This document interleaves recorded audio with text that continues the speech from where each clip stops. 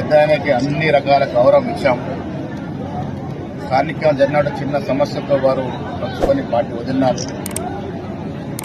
అంత పెద్ద సుదీర్ఘమైన రాజకీయ చరిత్ర నాయకుడు ఏ నాయకుడినైతే అవినీతి ఆరోపణలపై విమర్శించినాడో, ఏ పార్టీనైతే ఇన్నేళ్లుగా కర్పూరపడుతూ వచ్చినాడో, ఏ నాయకుడు కాళేశ్వరం ప్రాజెక్టు కడితే విమర్శించి దాంట్లో విపరీతమైన అవినీతి జరిగిందని చెప్పినాడో ఆ నాయకుడు చెంతన చేరి ఆ నాయకుడు రావాలని ప్రజలు కోరుకుంటున్నారంటే ప్రజలు నవ్వుకుంటా ఉన్నారు.